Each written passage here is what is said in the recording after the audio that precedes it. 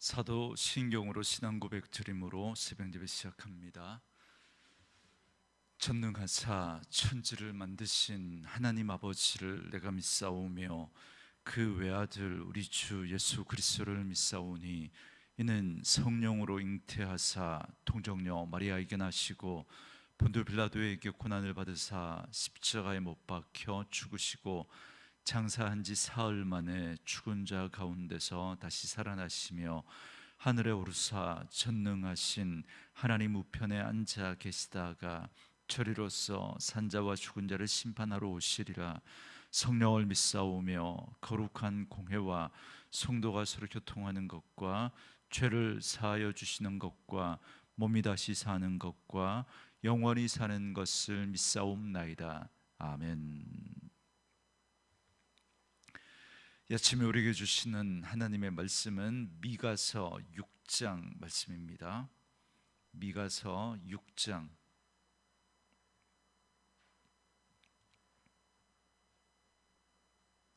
1절에서 16절 말씀까지.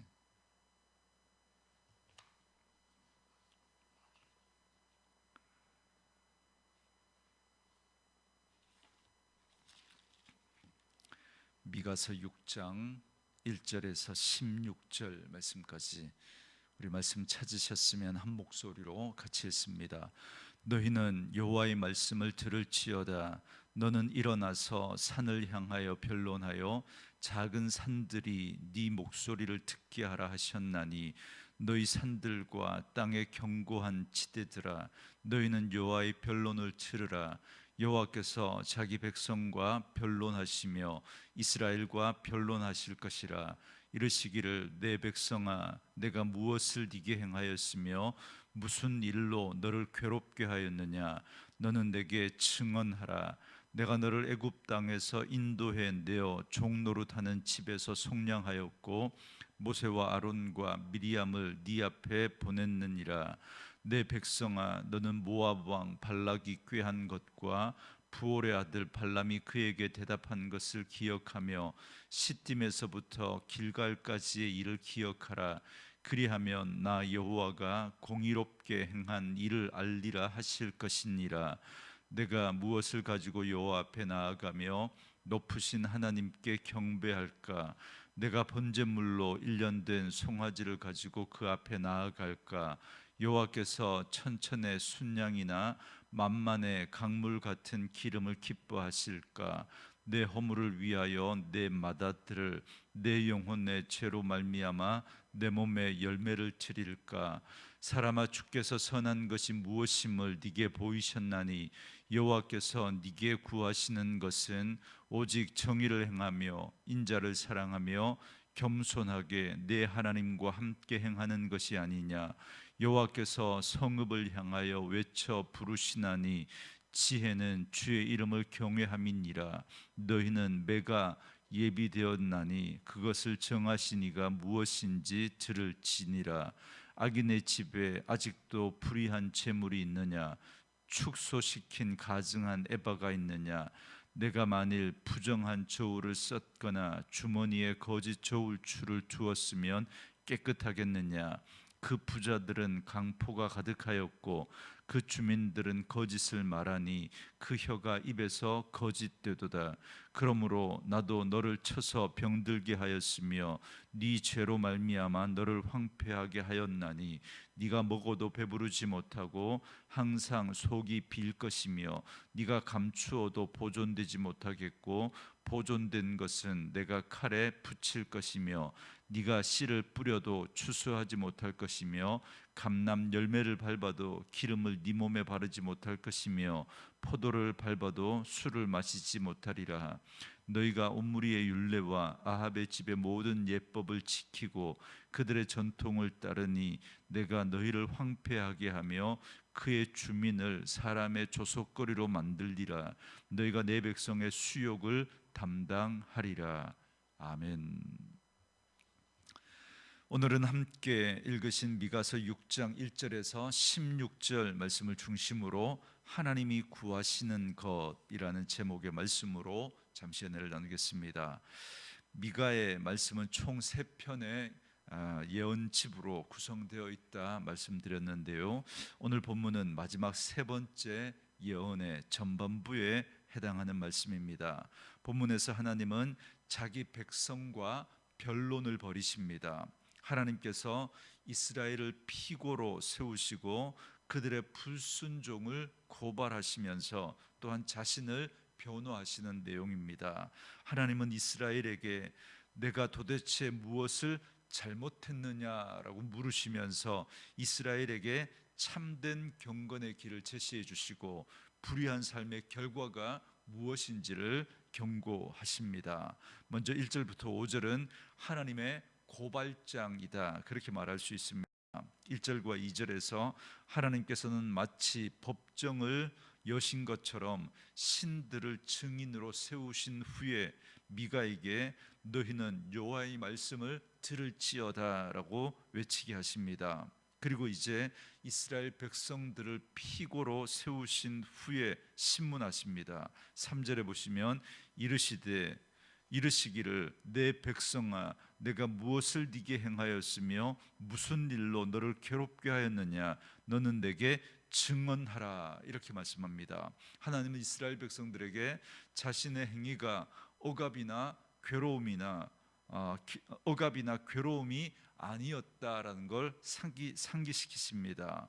이스라엘 백성들이 불순종한 건 하나님께서 잘못하셨거나 부족하셨기 때문이 아니라 그들이 하나님께서 행하신 그 일과 베푸신 은혜를 망각했기 때문입니다. 4절과 5절 말씀에서는 이런 이스라엘을 향해서 하나님은 무엇을 행하셨는지를 말씀하십니다. 하나님께서 이스라엘 백성들에게 대속의 은혜를 베푸사 애굽에서 인도해 내셨습니다. 그때 그 구원의 도구로 사용하신 세 사람의 이름을 직접 거론하십니다. 또한 요단 동편에서 그 모압 왕 발락의 사주를 받은 거짓 선지자 발람이 이스라엘 백성들을 저주하기는커녕 오히려 그들을 축복하게 하신 그 일을, 그 배후에 역사하셨던 분이 하나님이시다라는 그 사실을 기억시키고, 그리고 시딤에서 길갈까지는 요단강을 건너 가나안에 들어간 그 사건을 이야기하는 겁니다. 그걸 기억하라는 겁니다. 그러니까 출애굽과 그리고 그 광야 여정 속에 있었던 그 일들을 지금 언급하시는데 이건 하나님의 구속사의 핵심적인 사건들을 말합니다. 하나님은 언제나 구원과 보호의 하나님이셨다라는 걸 보여주십니다. 애굽에 종살이 하던 그들을 끄집어내서 그 광야, 사람이 살아갈 수 없는 그 광야의 그 시간 동안 하나님이 그들과 함께 하시면서 그들을 인도해 내셨다는 거죠. 이를 기억하는 것이 곧 신앙입니다. 왜냐하면 하나님의 그러한 은혜를 기억할 때 거기서부터 참된 순종과 경건이 가능하기 때문에 그렇습니다. 그리고 계속해서 6절부터 8절 말씀은 하나님의 신실함에 대한 이스라엘 백성들의 응답, 그러니까 그들이 하나님 앞에서 마땅히 행해야 할 바가 무엇인지를 묻고 답하는 형식으로 전개됩니다. 6절과 7절에서는 이스라엘 백성들의 생각을 독백 형식으로 나타냅니다. 내가 무엇을 가지고 높으신 하나님께 경배할까라고 스스로 물은 후에 1년 된 송아지를 번제물로 드릴까, 많은 순양의 기름을 드릴까, 아니면 내 죄를 위해서 맏아들을 드릴까, 이렇게 답을 구하고 있습니다. 스스로 묻고 스스로 이렇게 답을 하는 그런 형식으로 이야기하고 있습니다. 그런데 여기서 사용된 경배할까라고 하는 이 단어가 히브리어로는 본래 굴복하다, 비굴해지다라는 그런 의미를 가진 단어입니다. 그러니까 이 표현은 정말 우리가 하나님에게 진정한 복종과 경외심을 의미하는 그런 표현이 아니라 형벌을 두려워하거나 종교적인 의무감으로 마지못해서 굴복하는 그 태도를 의미하는 단어입니다. 그냥 우리말에는 경배할까, 그러니까 하나님을 경배하는 그런 표현처럼 나오지만 여기서 표현되어있는 히브리어가 굴복하다, 비굴해지다, 그런 의미이기 때문에 그 하나님에 대한 참된 경외감, 그에서 나오는 그 경배가 아니라 형벌을 두려워해서 종교적인 의무감으로 마지못해서 굴복하는 그 태도를 말하는 겁니다. 그래서 지금 미가는 진실된 마음보다는 형식적이고 물질적인 그런 모습에 치중된 어리석은 종교적인 그런 모습을 강조하고 있는 겁니다. 그렇기 때문에 이스라엘의 관심은 극단적인 제물과 희생물로 귀착이 됩니다.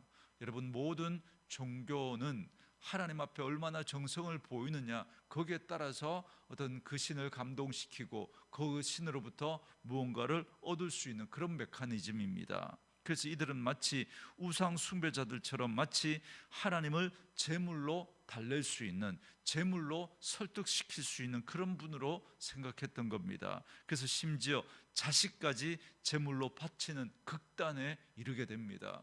그래서 세상 종교는, 그래서 자신이 보일 수 있는 가장 최고의 정성은 자기 자식을 제물로 드리는 겁니다. 이런 어리석은 백성들을 향해서 미가는 이렇게 선포합니다. 8절에 사람아, 주께서 선한 것이 무엇임을 네게 보이셨나니 여호와께서 네게 구하시는 것은 오직 정의를 행하며 인자를 사랑하며 겸손하게 내 하나님과 함께 행하는 것이 아니냐, 이렇게 말씀하십니다.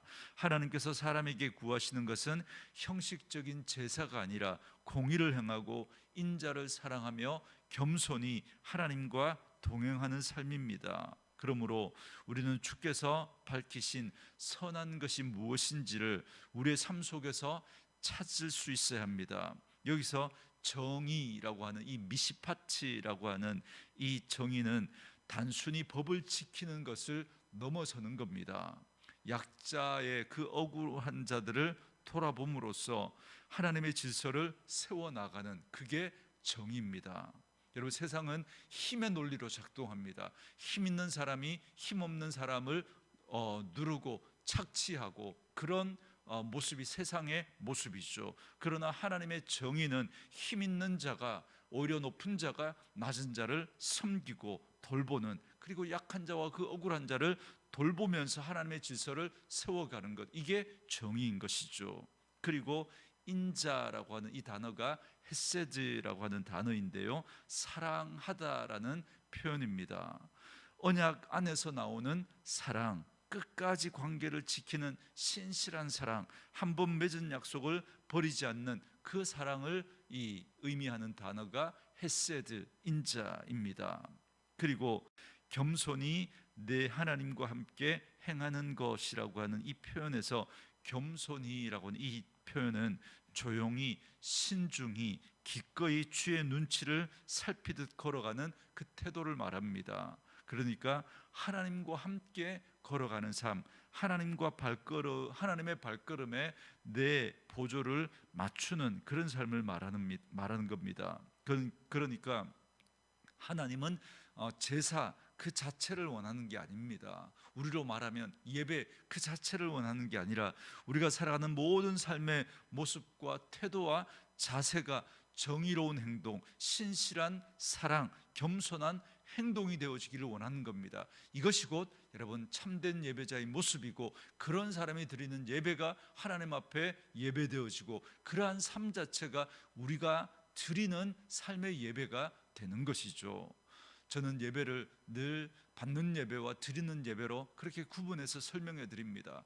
오늘 이렇게 모여서 우리가 드리는 이 예배는 하나님 앞에 받는 예배입니다. 하나님으로부터 은혜를 받고, 하나님의 말씀을 받고, 하나님의 마음을 받고, 하나님이 주시는 힘과 능력을 받는 것입니다.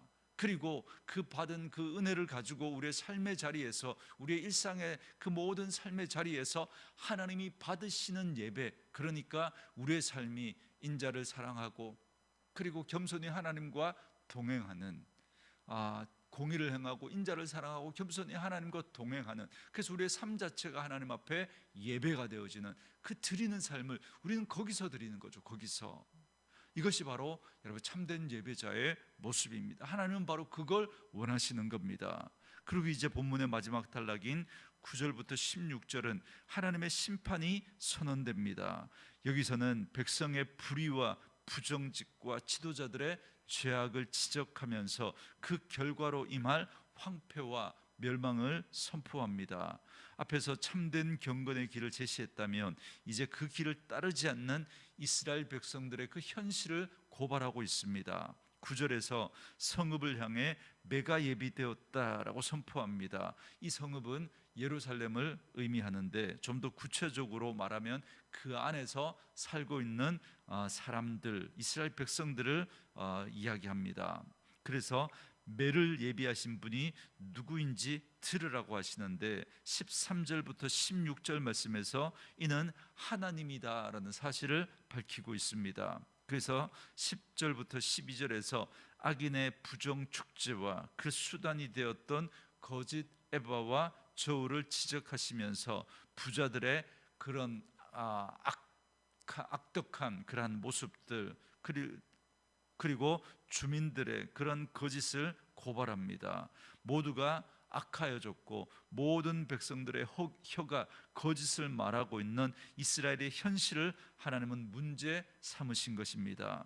그래서 13절부터 15절은 하나님께서 심판하심으로 먹어도 배부르지 못하고 항상 배고프고 감추어 둔 것도 보존되지 못하고 그나마 남은 것은 칼에 붙여지고 씨를 뿌려도 추수하지 못하고 감람 열매를 밟아도 기름을 생산하지 못하고 포도를 밟아도 술을 마시지 못할 것이다 라고 말씀하십니다. 이는 모두가 다 죄악의 결과로 얻게 되는 일들임을 말씀합니다. 그리고 이 모든 징벌과 재앙의 핵심인 이유를 말씀하십니다. 16절에 보시면 너희가 옴무리의 율법과 아합의 집의 모든 예법을 지키고 그들의 전통을 따르니 내가 너희를 황폐하게 하며 그의 주민을 사람의 조속거리로 만들리라. 너희가 내 백성의 수욕을 담당하리라 그럽니다. 여러분 지금 분명히 남유다의 지금 죄를 지적하고 있는 중인데 그런데 지금 이 16절에 나오는 이 옴무리 아합이 어떤 사람이냐면 북이스라엘의 악한 왕 옴무리와 아합을 지금 이야기하면서 그 죄악을 따랐기 때문이다라고 지적하십니다. 여러분 옴무리는 북이스라엘의 6대 왕으로 그는 무엇보다도 자기 아들 아합에게 시돈 왕 엣바알의 딸 이세벨을 아내로 맡게 했습니다. 여러분 시돈은 바알의 본산지였고 이세벨은 그 시돈에서 정말 바알을 숭배하는 바알을 열렬히 숭배하던 사람이었습니다. 그 딸을 그 시돈의 그 딸 바알 숭배자를 자기 아들에게 며느리로 삼아줬던 사람이 바로 이 옴물이었습니다. 그래서 그 북이스라엘이 그 바알 숭배로 그렇게 물들어 버렸던 그래서 이 바알 숭배의 문을 활짝 열어젖혔던 그 사람이 바로 옴물입니다.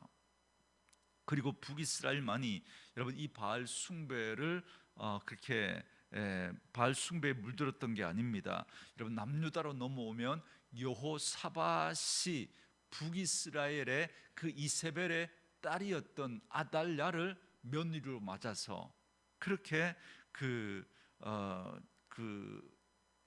여호람과 아내로 그래서 여호람의 그 짝으로 그 왕비로 그렇게 삼습니다. 그래서 어미 이세벨이 북이스라엘을 바알 숭배로 물들였던 것처럼 이 남유다의 그의 딸 아달랴가 남유다를 바알 숭배로 물들이고 그래서 자기 손자들을 다 죽이고 자기가 왕이 되어서 남유다에 정말 왕이 되어서 그렇게 남유다가 다윗의 씨가 끊어질 뻔했던 그런 역사가 여러분 있지 않았습니까? 그게 바로 이 아달랴, 이 이세벨의 딸 아달랴로 인하여서 이 남유다에까지 그런 바알 숭배가 물들게 됐던 겁니다. 그래서 16절 말씀은 이런 역사적 배경 속에서 바알 숭배로 물든 남유다에 닥칠 그 심판을 생생하게 묘사합니다. 그래서 하나님께서는 미가를 통해서 내가 너희를 황폐하게 하며 그의 주민을 사람의 조속거리로 만들리라.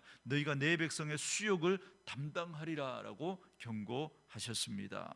하나님께서는 택한 백성의 죄악을 모른 채 하시지 않으시고 그들의 오만에 대해 오만에 대한 그 대가로 전쟁의 참화뿐만 아니라 주변 나라들로부터 모욕까지 당하게 하신 겁니다. 그리고 무엇보다 16절 마지막에 너희가 내 백성의 수욕을 담당하리라 라고 하는 아주 무서운 말씀이 선포됩니다. 이는 유다 말기에 그 백성들이 지금까지 이스라엘 백성들의 그 모든 심판의 짐을 지게 될 것임을 선포합니다. 그래서 마지막 그 북이스라엘 나라가 망하고 포로로 끌려가고 그들이 얼마나 비참한 그런 심판을 맞게 됩니까? 그럼에도 불구하고 이 심판이 선포되는 와중에도 희망의 불씨가 있습니다. 그것은 바로 하나님이 이스라엘을 여전히 내 백성이라고 부르고 있다는 겁니다. 이는 하나님이 결코 언약을 끊지 않으셨음을 보여주는 겁니다. 그러므로 오늘 말씀은 하나님이 원하시는 것이 무엇인지를 우리에게 분명하게 보여주십니다. 하나님께서 원하시는 것은 형식적인 신앙이 아니라 정의와 인애와 겸손입니다. 이 길 앞에 이러한 삶을 직접 우리에게 사셨던 분이 우리 예수님이지 않습니까? 그리고 우리가 지금 성탄절을 이제 보내면서 그 성탄의 의미를 제가 여러분들에게 말씀해 드렸죠. 그 예수님을 하나님이 이 땅 가운데 보내주셨으니까 그 예수님을 우리는 받는 것입니다. 정말 정의와 인애와 겸손의 삶을 사셨던 그 예수님을 우리에게 보내주셨으니까 우리가 그 예수님을 우리가 받는 거예요. 그 예수님을 우리의 마음에 담는 거예요. 그래서 우리가 그 예수를 붙들고 살아갈 때 우리가 그 예수로 물들어 가게 되는 거죠. 그래서 우리가 그 예수 붙들고 살아갈 때 정말 그 예수님으로 말미암아 우리에게 이루어진 그 하나님의 그 공의, 정말 그 모든 죄악들이 우리 안에 그 예수 그리스도로 말미암아 다 용서되어지고 그 정의가 되신 그 예수님이 우리 안에 계심으로 말미암아 우리가 그 예수님께 물들어가게 되는 거죠. 그래서 우리의 삶이 정의롭게 되어지는 겁니다. 하나님의 질서가 세워지게 되는 거죠. 그렇게 사랑의 삶을 사셨던, 헷세대의 그 삶을 사셨던 그 예수님을 우리가 담으니까 그 예수의 사랑을 받은 우리가 그 사랑의 모습으로 물들어가게 되는 거죠. 그 주님을 모시고 살아가는 그 삶 자체가 주님과 동행하는 삶이 되어지는 거죠. 예수님을 저기 모델로 세워놓고 예수님이 오른손을 드셨으니까 우리가 오른손을 드는 그러한 삶이 아닙니다. 그 예수를 담는 거예요. 그 예수를 우리의 마음에 담고 그 주님으로 물들어가는 그 삶을 살아가야 하는 것입니다. 그래서 오늘도 그 주님을 우리의 마음에 담고 그 주님이 사셨던 그 공의와 사랑과 그 겸손이 그렇게 하나님과 동행하는 그 삶이 그 주님과 함께 우리의 삶에서 이루어지는 은혜가 있기를 주의 이름으로 축원합니다. 우리 주신 말씀 묵상하시면서 이 찬양 함께 들으시며 기도하는 시간 갖겠습니다.